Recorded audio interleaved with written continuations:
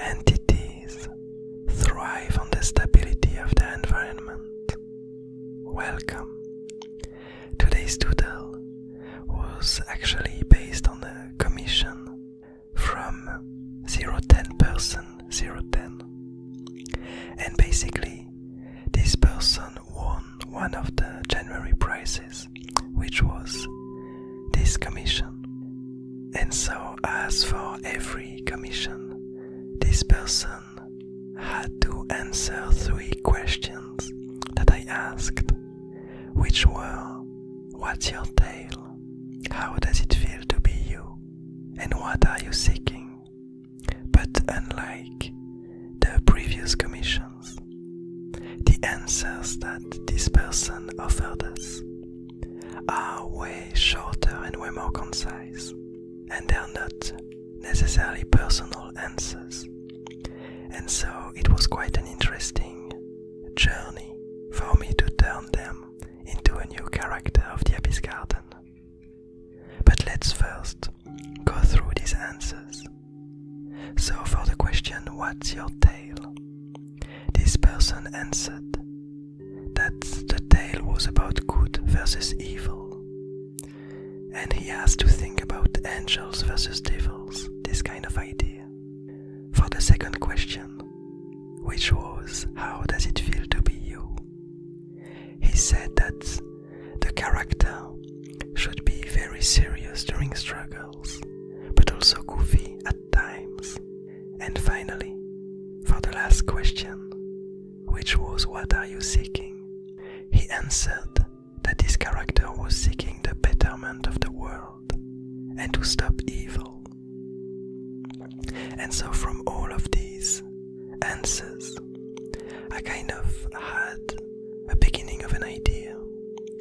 So in the world of the Abyss Garden, there were a few events that could have been portrayed as evil spreading, and the world of the Abyss Garden being somehow threatened by a few characters and a few of these events that happened. And the one that came to my mind originally was the rising of these blob creatures that began to spread all around the garden and to engulf some of the creatures that were living there, to kind of manipulate them. And so the idea that emerged in my mind was to have a character that would strive to remove the garden of these old threats and of everything that might be linked to them, and to any dangers that they would come back to the garden and lead to the decay of the other creatures and environments that live there. Secondly, I wanted to show that this creature was seeking the bettering of the world in quite of a peaceful sense. And so my first idea was to have this character be some kind of gardener, some kind of creature that would try to have the garden thrive. And so I had this notion of this character planting different seeds and different plants along the way, and trying to keep the garden stable, to remove bad grass and to plant new seeds of peaceful species. And finally, for it to be a bit goofy and to still be very serious during struggles. Somehow, now that we had these few elements, what came to my mind was this idea of a tiny robot creature, a tiny artifact. Because in the lore of the Abyss Garden, a long time ago you had all of these artifact creatures, these kind of robots that were gathering information about the garden and kind of making it thrive and making it feel lively and learn from all the organic things that were happening there.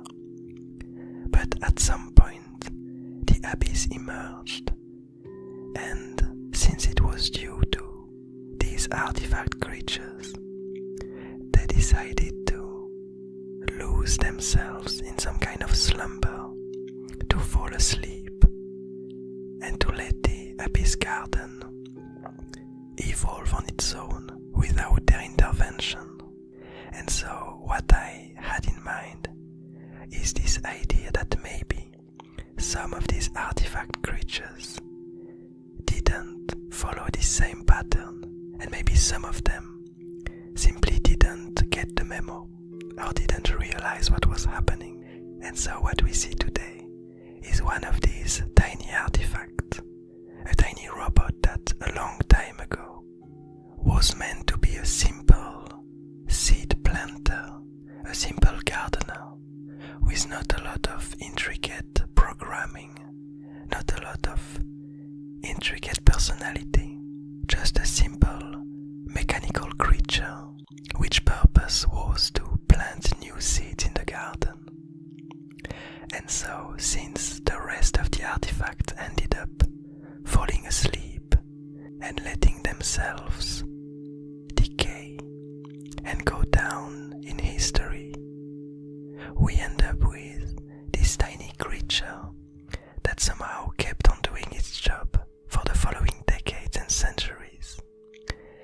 And the way that we see it now, it's still doing its job, and it's still slowly planting these seeds and these peaceful species of plants around the garden.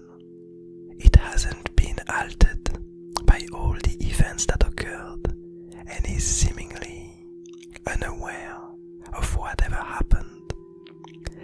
And so, to render it a bit more goofy, I had this notion and this idea of making it, well, first of making him quite a round creature, a creature with an artifact creature which would seem really harmless at first hand, at first glance, and to have him be able to kind of show its emotions in some kind of a really robotic way.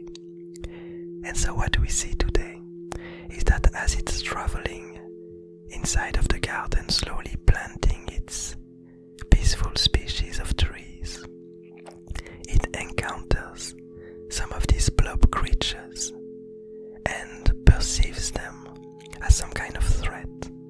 And so we have this emerging hologram that comes out of its head, of its brain, and we see it showing an alarming sign as it discovers this some kind of invasive species in its garden, where it's supposed to keep the place safe and remove any invasive plants or invasive species that could be here.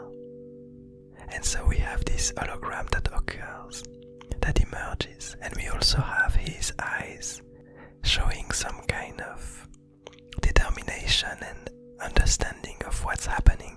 We have this star-like symbol that we might see in a few mangas and a few comic drawings.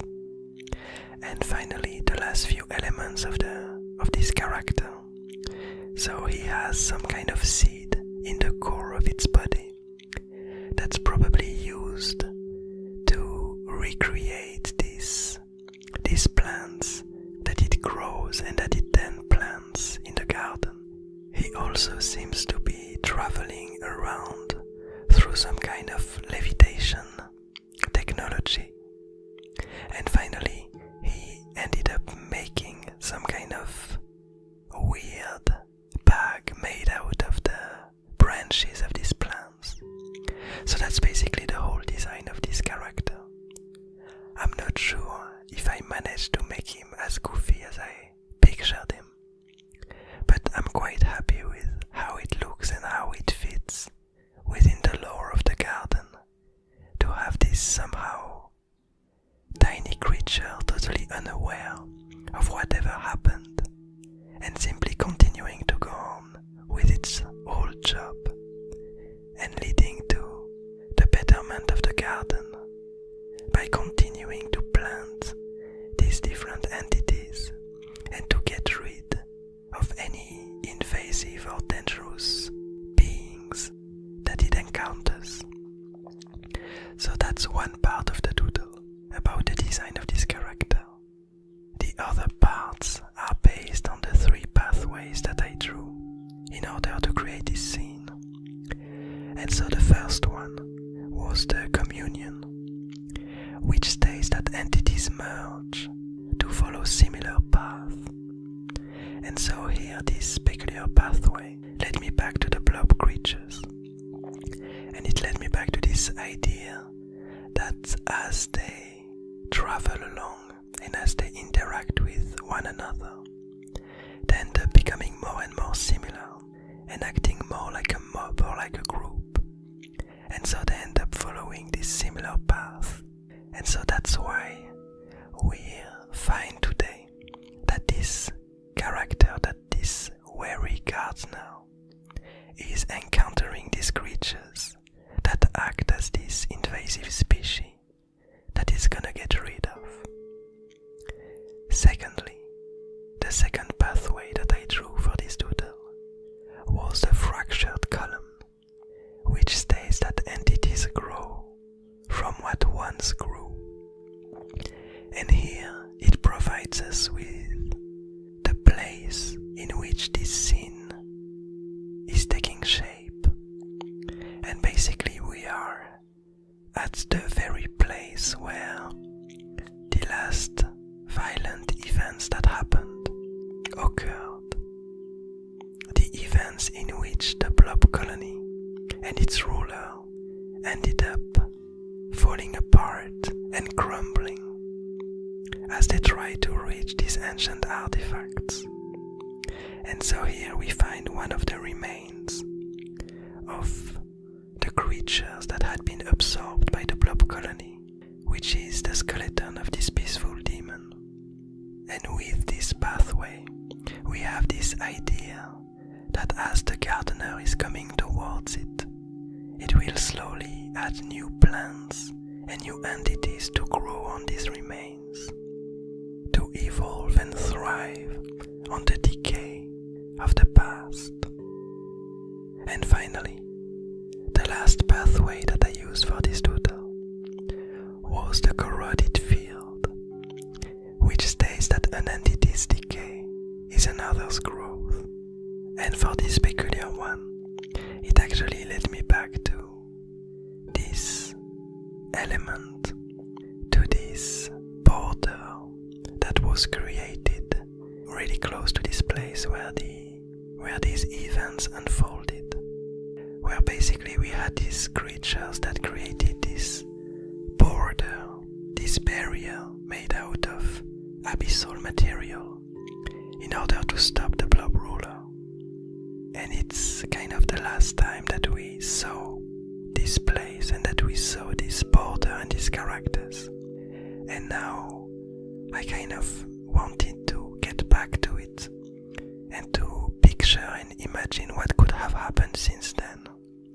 And as we see today, is that from the decay of all the things that surrounded this place and the graveyard it turned into, we see that these barriers, these borders, began to spread more and more, to thrive on the decay of all these creatures. And so we see on the left this abyssal border slowly spreading around, creating more and more enclosures and trying to reach for the black sands and its energy. And so we see that this material is slowly getting out of hand, alluding to future events that might happen in the garden. But let's not get ahead of ourselves. I'm guessing that all of these things will end up being explored in the future.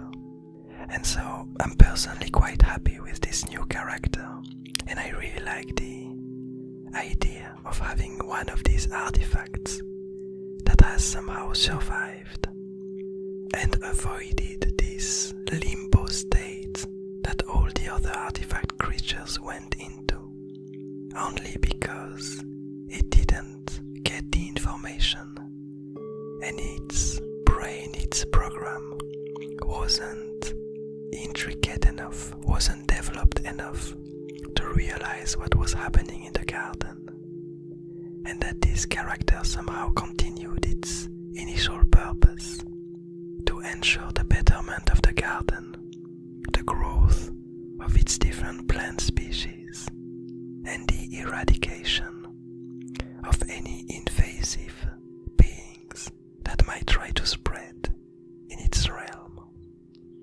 But anyway, I hope you enjoyed this doodle. I hope you're having a nice day, a nice evening, a nice morning. I'd be quite curious to know what kind of character you would have imagined from these different answers. I hope you enjoyed the lore behind this scene, and I'll see you tomorrow.